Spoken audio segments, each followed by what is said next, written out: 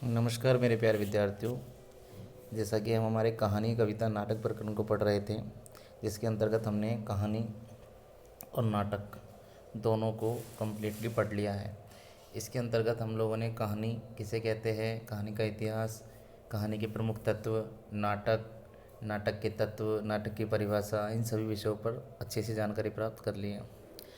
आज हम हमारे इसी टॉपिक को आगे बढ़ाते हुए एक नया प्रश्न हमारे सामने प्रस्तुत किया जा रहा है कि कैसे करें कहानी का नाट्य रूपांतरण, अर्थात कहानी से नाटक किस प्रकार से बनाई जा सकती है, कहानी से नाटक किस प्रकार से बनाया जा सकता है।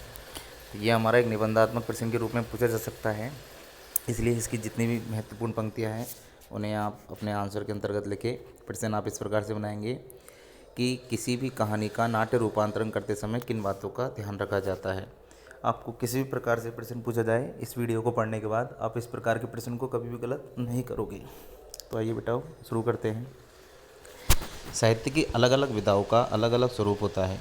जैसे यहाँ पर विधाओं का और स्वरूप का वर्णन किया है किस तरीके से कि जिस प्रकार से अलग अलग रचनाएं होती है तो उनका स्वरूप भी अलग अलग होता है। न केवल उनकी रचना प्रक्रिया अलग होती है बल्कि उनके तत्व भी अलग अलग होते हैं। भाषा का प्रयोग भी विधा बदल जाने पर परिवर्तित हो जाता है। भाषा भी देखो, तत्व भी बदल जाते हैं, भाषा भी बदल जाती है, सब कुछ बदल जाता है। कब? जब हम किसी दूसरी विधा को दूसरी विधा में रूपांतरित करते हैं अर्थात बदलते हैं। इसके साथ साथ यह तत्व भी महत्वपूर्ण है कि साहित्यिक विधाओं का स्वरूप समय और आवश्यकताओं के अनुसार बदलता रहता है। विधाओं में आदान प्रदान की प्रक्रियाएं चलती रहती है। अब विधाओं में आदान प्रदान की प्रक्रियाएं कैसे चलती रहती है कि जैसे हमने किसी विधा का कोई तत्व दूसरी विधा में ले लिया, किसी दूसरी विधा का तत्व हमने इस विधा में ले लिया, तो इस प्रकार से विधाओं में आदान प्रदान की प्रक्रियाएं भी चलती रहती हैं। कहानी का नाटक में रूपांतरण करने के लिए सबसे पहले कहानी और नाटक में वैविध्य तथा समानताओं को समझना आवश्यक है। इस लाइन को आप कॉपी में लिखोगे, जो मैंने आपके सामने अंडरलाइन की है। क्या लिखा है, ध्यान से सुनो, दोबारा बोल रहा हूँ मैं आपके सामने कि मैंने कहा है कहानी का नाटक में रूपांतरण करने के लिए सबसे पहले हम कहानी और नाटक में वैविध्य, वैविध्य जो शब्द लिखा हुआ बेटा, इस वैविध्य का अर्थ होता है विविधता। क्या होता है? विविधता, विविधता। और दूसरी चीज़ क्या देखनी है इसमें हमें? समानता। दूसरी चीज़ क्या देखनी है बेटा? समानता। ओके। तो सबसे पहले कहानी का या किसी भी विधा का किसी भी विधा में रूपांतरण करते समय उसकी वैविध्यता अर्थात विविधता अलग अलग क्या है उसके अंदर, और समानता अर्थात उसके अंदर समान क्या है, इन दोनों चीज़ों को देखना पड़ता है। आगे देखिए, इसके लिए हमें नाटक की विशेषताओं को समझना होगा। इसके लिए हमें नाटक की विशेषताओं को भी समझना होगा। यह भी लिखोगे आप, मतलब इस पैराग्राफ में, दूसरे पैराग्राफ में पहली लाइन से आप जहाँ तक लिखोगे, जहाँ तक मैं आपसे मना नहीं कर रहा हूँ, जहाँ कहानी का संबंध लेखक और पाठक से जुड़ता है। कहानी का संबंध किस किस से जुड़ा रहता है बेटा? लेखक से अर्थात लिखने वाले से, और पाठक से अर्थात पढ़ने वाले से। वही नाटक लेखक, निर्देशक, पात्र, दर्शक, श्रोता एवं अन्य लोगों को एक दूसरे से जोड़ता है। जो नाटक होता है वो क्या करता है? लेखक को, निर्देशक को, पात्र को, दर्शक को, श्रोता को एवं अन्य लोगों को एक दूसरे से क्या करता है बेटा? जोड़ता है। इस तरीके से अभी हमने क्या पढ़ा है कि कैसे करें कहानी का नाट्य रूपांतरण में, कि कहानी का रूपांतरण करते समय पहले विविधता और समानता को देखें। इसके बाद मैंने आपको बताया था कि विशेषता को समझे। फिर जहाँ कहानी का संबंध लेखक और पाठक से होता है, वहीं नाटक का संबंध किन किन से होता है।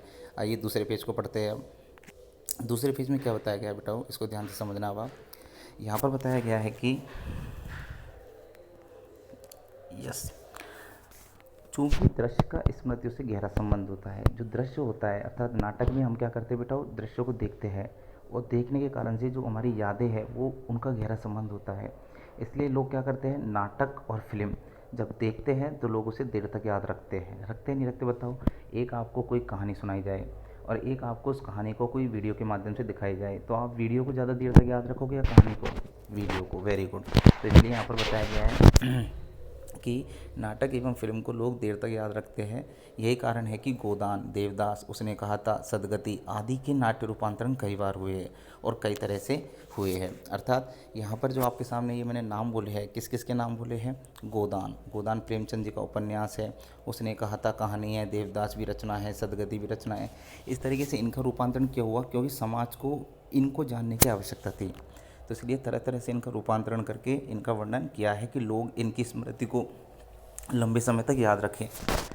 आगे क्या बताया बेटा? तात्पर्य यह है कि आगे देखिए, अभी तक यहाँ तक आपको ये लिखना ही लिखना है। आगे सुनिए। तात्पर्य यह है कि यदि एक घटना एक स्थान और एक समय में घट रही है तो वह एक दृश्य होगा। आपकी बात समझ में आई होगी कि तात्पर्य क्या बताया गया है कि एक घटना एक स्थान और एक समय में घट रही है, एक ही स्थान है और एक ही समय पर घट रही है तो वह दृश्य होगा। ईदगाह कहानी के संदर्भ में देखें तो इसके आरंभ में लेखक ने मेले को लेकर बच्चों के उतावलेपन और कुतूहल का लंबा मनोवैज्ञानिक चित्रण किया है। आपने सुनी होगी ईदगाह कहानी, जो कि एक हामिद नामक लड़के के ऊपर है। हामिद मेले में जाता है, बाजार से चिमटा खरीद लाता है, तो उस कहानी के बारे में बता रहे हैं कि उसमें बच्चों के उतावलेपन और कौतूहल का लंबा मनोवैज्ञानिक चित्रण किया है। इसके लिए पहले दृश्य में गांव के कुछ उस हिस्से को फोकस कर सकते हैं जहां बच्चे भाग दौड़ कर रहे हैं। देखो, हम बता रहे हैं कि कहानी को किस तरीके से नाटक बनाया जा सकता है। तो हमने कौन सा उदाहरण के रूप में लिया है? ईदगाह कहानी। तो ईदगाह कहानी में हम क्या बता रहे हैं कि अगर हमको नाटक बना रहा है तो पहले दृश्य के अंदर तो हम कर सकते हैं कि गांव के उस हिस्से पर फोकस करें जहां बच्चे भाग दौड़ कर रहे हैं, तैयार हो रहे हैं, बार बार अपने पैसे गिन रहे हैं और टोली के निकलने की राह देख रहे हैं। पहले दृश्य का अंतिम हिस्सा क्या होना चाहिए? हामिद और उसकी दादी अमीना पर। हामिद उसका मुख्य पात्र होता है। हामिद और उसकी दादी अमीना के ऊपर हमारा पहला दृश्य होना चाहिए। अब देखो, दूसरे दृश्य में हम क्या रखेंगे? यस, और उनका संवाद भी दिया जा सकता है। संवाद आप जानते हो, जो वो बातचीत करते हैं उसे क्या कहा जाता है बेटा? संवाद कहा जाता है। तो हम उसका संवाद भी रख सकते हैं। स्थान और समय के आधार पर कहानी का विभाजन करके दृश्यों को लिखा जा सकता है। जब हम किसी भी कहानी को स्थान और समाज के आधार पर वर्गीकृत कर देते हैं, देखो कितना सुंदर बताया कि किसी भी कहानी को जब हम स्थान और समय के आधार पर वर्गीकृत कर देते हैं तो क्या होता है कि दृश्यों को लिखा जा सकता है। फिर यह देखना आवश्यक है कि प्रत्येक दृश्य का कथानक के अनुसार औचित्य है, कि प्रत्येक जो दृश्य होगा वो कथानक, अर्थात कथानक को आपको मैंने समझा रखा है, उसके अनुसार उचित होगा। मतलब यह है कि प्रत्येक दृश्य क्या कथानक का हिस्सा है? क्या उसे निकाल दिया जाए तो कथानक और उसके विकास पर कोई फर्क पड़ेगा? ऐसे दृश्य नहीं हो सकते जो अनावश्यक हो। ये नाटक की गति को बाधित करेंगे। जो नाटक की गति है ना, इनको क्या करते हैं बेटा? वो बाधित करते हैं और नाटक उबाऊ भी हो जाएगा, मतलब ऊबने लगेंगे हम नाटक से। अगर हम कहानी के अंदर जितनी बातों को लिख रहे हैं, बोल रहे हैं, पढ़ा रहे हैं, समझा रहे हैं, अगर उन सभी बातों को अगर नाटक के अंदर रखेंगे तो उससे नाटक पर क्या प्रभाव पड़ता है बेटा? कि नाटक की जो गति है वो बाधित हो जाएगी, अर्थात रुक जाएगी, और नाटक कैसा हो जाएगा? उबाऊ। यह भी ध्यान रखना चाहिए कि प्रत्येक दृश्य का कथानुसार तार्किक विकास हो रहा है या नहीं, यह सुनिश्चित करने के लिए दृश्य विशेष के उद्देश्य और उसकी संरचना पर विचार आवश्यक होता है। प्रत्येक दृश्य एक बिंदु से प्रारंभ होता है। इसमें क्या होता है बेटा? कि जो प्रत्येक दृश्य होता है ना, वो किसी न किसी बिंदु से आरंभ होता है। आगे आइए। यस, तो आगे क्या बताया बेटा? कि दृश्य की आवश्यकता की पूरी करता है और उसका एक अंत होता है। उसका एक क्या होता है? अंत होता है। ऐसा अंत होता है जो उसे अगले दृश्य से क्या करता है? जोड़ता है। इसलिए यस, इसलिए दृश्य का पूरा विवरण तैयार किया जाना चाहिए। दृश्य का क्या करना चाहिए बेटा? पूरा विवरण तैयार किया जाना चाहिए, तब जा कर के एक दृश्य दूसरे दृश्य का साथ दे सकता है। कहीं ऐसा नहीं हो कि दृश्य में कोई आवश्यक जानकारी छूट जाए या उसका क्रम बिगड़ जाए। इस प्रकार हम देखते हैं कि नाटक में ही नहीं बल्कि नाटक के प्रत्येक दृश्य में प्रारंभ, मध्य और अंत होता है। प्रारंभ भी होता है, मध्य भी होता है और अंत भी होता है। प्रत्येक नाटक में होता है। दृश्य कई काम एक साथ करता है। एक ओर वह कथानक को आगे बढ़ाता है तो दूसरी ओर पात्रों और परिवेश को संवादों के माध्यम से स्थापित करता है। इसके साथ साथ दृश्य अगले दृश्य के लिए भूमिका भी तैयार करता है। आइए आगे पढ़ते हैं। ऐसा हो सकता है कि कुछ ऐसे दृश्य बनते हो जिनमें लेखक ने केवल विवरण दिया हो और उसमें कोई संवाद नहीं हो, केवल विवरण दिया हो, उसमें केवल संवाद नहीं हो। ऐसे दृश्यों का भी पूरा खाका तैयार कर लेना चाहिए। अर्थात ऐसे दृश्यों का भी हमें क्या कर लेना चाहिए बेटा? पूरा खाका तैयार कर लेना चाहिए, अर्थात उसके बारे में पूरी तरीके से जानकारी प्राप्त कर लेनी चाहिए।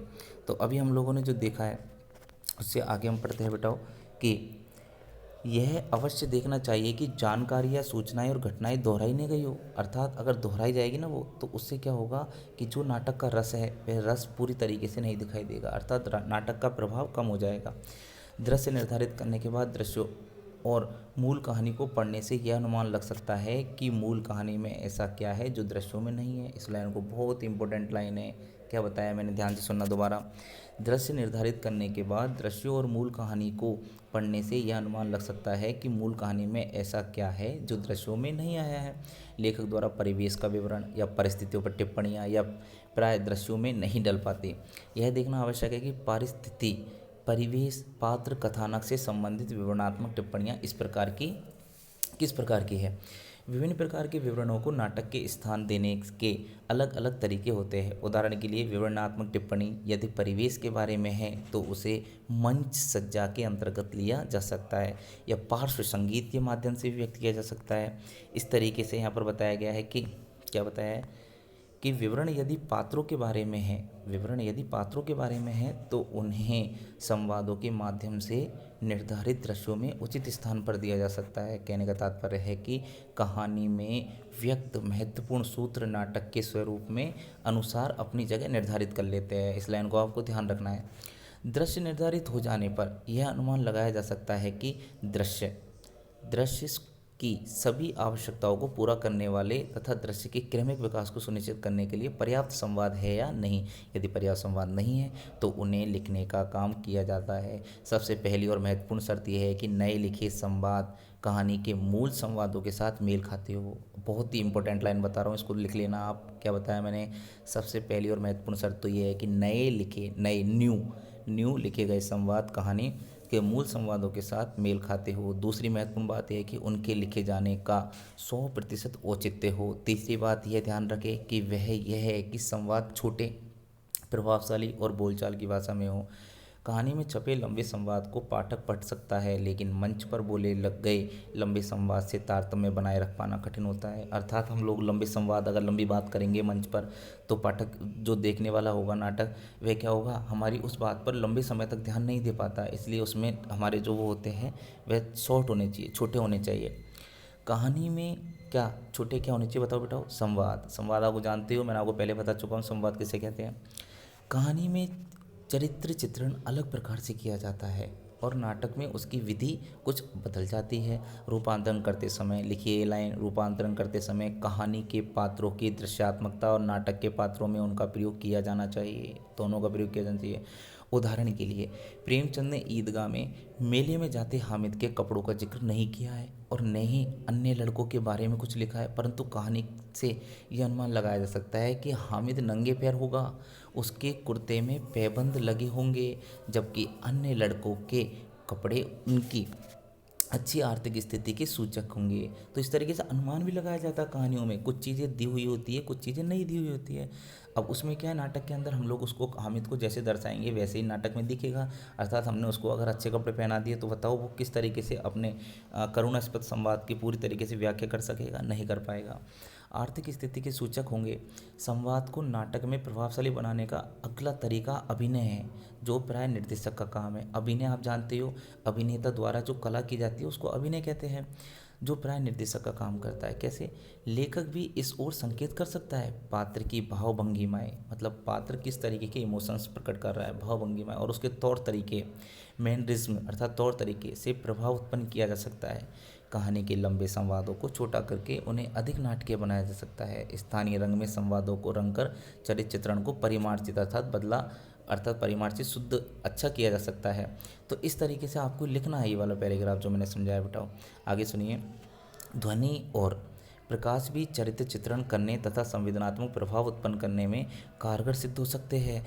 प्राय निर्देशक ही इस संबंध में निर्णय लेते हैं, पर लेखकों के सुझाव सदा स्वागत योग्य माने जाते हैं। लेखक को यदि इन संभावनाओं की जानकारी है तो उसके अंदर आत्मविश्वास पैदा होता है और रूपांतरण का कार्य संतोषजनक होता है।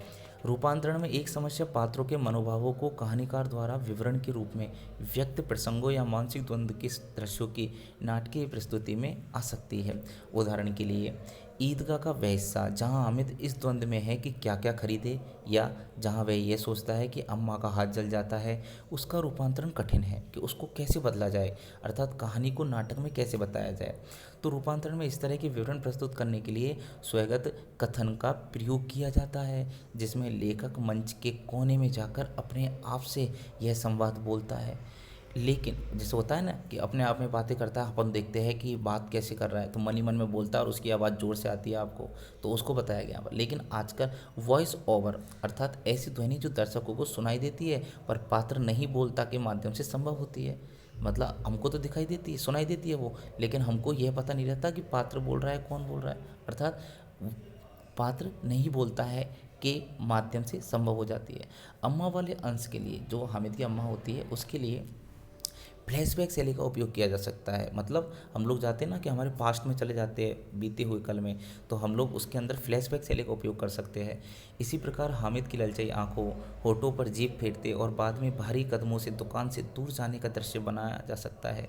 कहानी का नाट्य रूपांतर करने से पहले ये जानकारी होना आवश्यक है कि वर्तमान रंगमंच में क्या संभावनाएं हैं। यह तभी संभव है जब अच्छे नाटक देखे जाए, इसलिए रूपांतरण का पहला पाठ ये हो सकता है कि अच्छी नाट्य प्रस्तुतियाँ देखी जाए। तो आप लोग भी अच्छे अच्छे नाटकों की प्रस्तुति को देखोगे, तभी किसी नाटक को कहानी में और कहानी को नाटक में रूपांतरित कर सकते हो। तो इस तरह आज हमने इस प्रश्न को समझा है। इस प्रश्न को समझने के बाद आपका जो भी इससे संबंधित प्रश्न बनता है वह किसी भी प्रकार से आ जाए आपसे, आप हर प्रकार से उसका आंसर दे सकते हो। तो देखो बेटाओ, आपकी 12वीं क्लास के अंतर्गत जो आप लोग ये प्रकरणों को पढ़ रहे हो, तो मैं जहाँ तक समझता हूँ कि आपके लिए ये शायद पहली बार ही पढ़ने का मौका आया होगा। इसलिए मैं चाहता हूँ कि आप लोग उनको ध्यान से समझें। समझ में नहीं आता है तो आप मेरे से प्रश्न करें, लेकिन आप लोगों को ये पूरी तरीके से समझ में आना ज़रूरी है। तो कल हम हमारे इसके अंतिम प्रकरण कविता को पढ़ेंगे। कविता के बाद भी हम देखेंगे अगर कोई इससे संबंधित कोई प्रश्न बनेगा तो हम उसको बनाएंगे। जैसे मेरे मन में ये प्रश्न आया तो मैंने आपको आज समझा दिया। मैंने आज का वैसे कविता पढ़ाने का ये मानस बना रखा था। तो इस तरीके से आप लोग इसको ढंग से पढ़ें, सुने, इसमें से महत्वपूर्ण बिंदुओं को नोट करें, उसके बाद आप लोग इसको लर्न करें। जैसे ही हमारा ये प्रकरण पूरा हो जाएगा तो हम हमारी पहली पुस्तिका जो है आरो, उसके अंदर गद्य या पद्य का किसी भी पार्ट का कोई भी हम एक टेस्ट लेंगे, जिसके अंतर्गत आपको अच्छे से तैयारी करके उस टेस्ट को देना होगा। आज के लिए इतना ही, धन्यवाद।